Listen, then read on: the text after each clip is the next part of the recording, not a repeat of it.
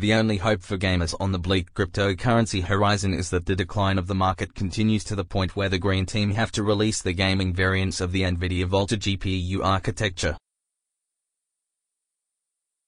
If you're happy with your current GPU, lucky you, grab one of the best gaming monitors to make it really shine. January has always been an incredibly depressing month. You get paid early in December, due to the Christmas break, but that just goes towards paying off the crippling credit card debt you racked up guilt spending on presents for family members you never see.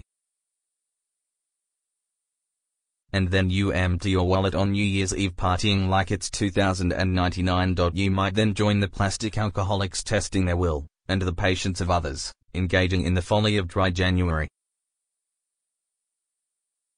As if it wasn't already dry enough.Still, with our cash reserves depleted, we're all living the hermit life until that end of the month paycheck when we can finally indulge again.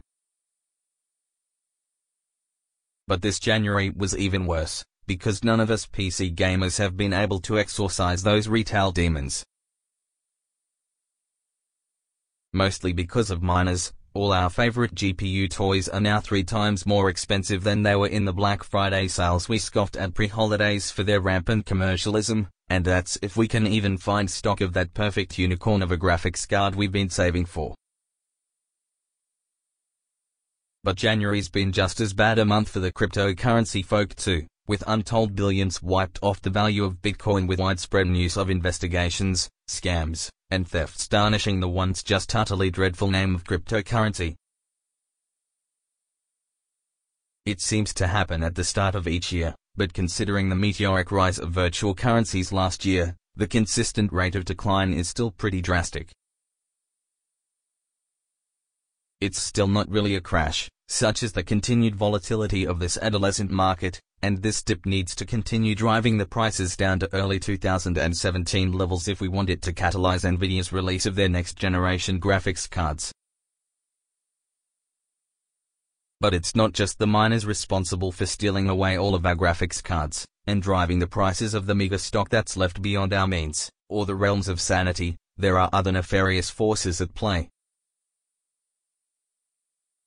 Obviously, the rise of cryptocurrencies, and the profit to be made from mining with consumer-class GPUs, has meant large-scale mining outfits have been rocking up to graphics card manufacturers and buying pallet loads of stock direct from the back doors of the factories that produce them. But you've also got mining groups throwing money straight at the distributors and retailers too. We've spoken to industry veterans who say that some outfits are going around to all the big European distributors and retailers and giving them each a chunk of cash, £50,000 for example, to act as credit against their accounts.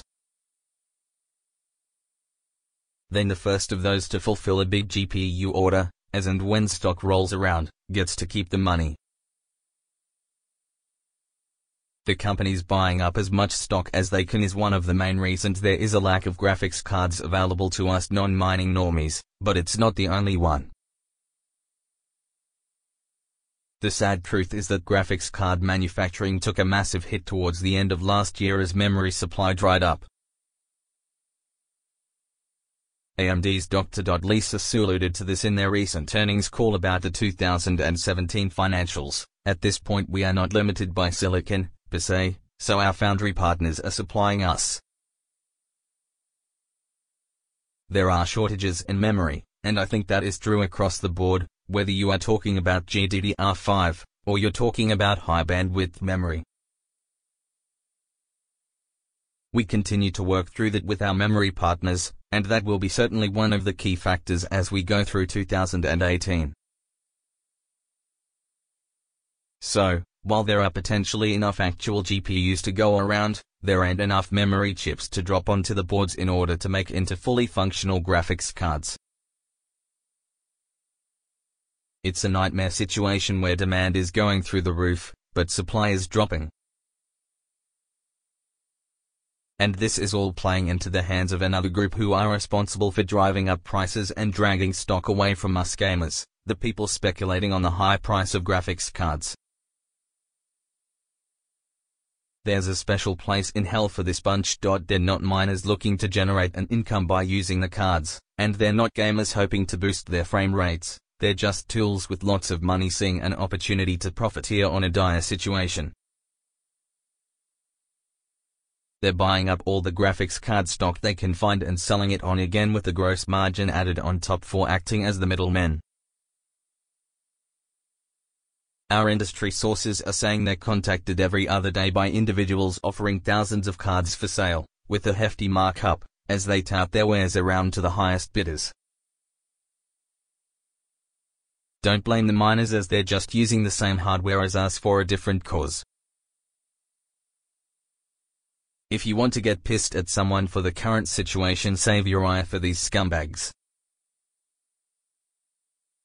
But none of this is really helping AMD or Nvidia. While they are selling all they make, and the crypto gold rush has potentially saved AMD's Radeon Technologies Group, the super high margins being added onto the card prices doesn't make for extra cash going into their coffers. In fact, it could be creating a bit of a time bomb if the current crypto dip carries on apace. If we do end up hitting early 2017 levels in the cryptocurrency exchanges, then we may end up seeing a glut of second-hand graphics cards flooding the market. To begin with, the prices will remain stupidly high for these seriously burned-in, post-mining cards, but as more and more appear, the prices will have to drop. And those prices will drop faster than the new GPUs, which will now start to become available at retail, so a good many gamers, burnt by the price gouging, will pick up second-hand cards instead. AMD and Nvidia get nothing from a growing second-hand market, which is what may spark the green team into action, and a consumer variant of Nvidia's Volta technology might just appear out of the gloom. Or maybe it's this architecture we've heard next to nothing about. At this point it's mostly speculation, guesswork, and hope. But there is no hope when it comes to pricing. Are we ever going to get graphics cards back down to the pre-crisis levels? That's looking increasingly unlikely, as the whole crypto mess has been disguising another layer of hardware depression that's been settling on my bones during this fresh, doom-laden year. At the most basic level, the silicon wafers from which all our GPUs, CPUs, and memory are built from are constantly increasing in price. The companies supplying the silicon wafers got burned in the global economic collapse of a few years ago and have been holding back increasing supply in case it happens again. As demand edges skyward, they can start charging whatever they like. Wafer prices rose 20% in 2017, and the wafer makers are actively planning to increase prices another 20% in 2018, and more again in 2019. Memory will continue to be in huge demand, as smartphone ownership is likely to become seen as a global, inalienable human right, and potentially mandatory, over the next year or so. And all those mobile selfie machines need memory. Lots of memory. And Apple and Samsung have a lot more call on those manufacturing facilities than the likes of AMD or Nvidia. Everything else that gets jammed onto your graphics card's circuit board is getting more and more expensive too, from VRMs to capacitors. So the likelihood of us ever seeing a graphics card a normal human being can afford is pretty frickin' minimal. It's looking like a dire situation, with little to no respite in sight. Maybe we'll get new graphics cards this year. Maybe they'll even be priced at a level that means you don't need to secure a personal loan against your internal organs for the privilege. But there's no guarantee. Even if Nvidia do decide to get their next-gen GPUs out, it's possible memory shortages will still mean manufacturing remains tight. And what if the new cards are really good at mining? Good lord, I'm spiraling into a pit of hardware depression now. The Lord? My cat. I call him the Lord. I am kind to him. Anyways, that's it. I can't type anymore. I feel the need to chow down fistfuls of Prozac and go fetal, such is the prospective state of the PC hardware market right now.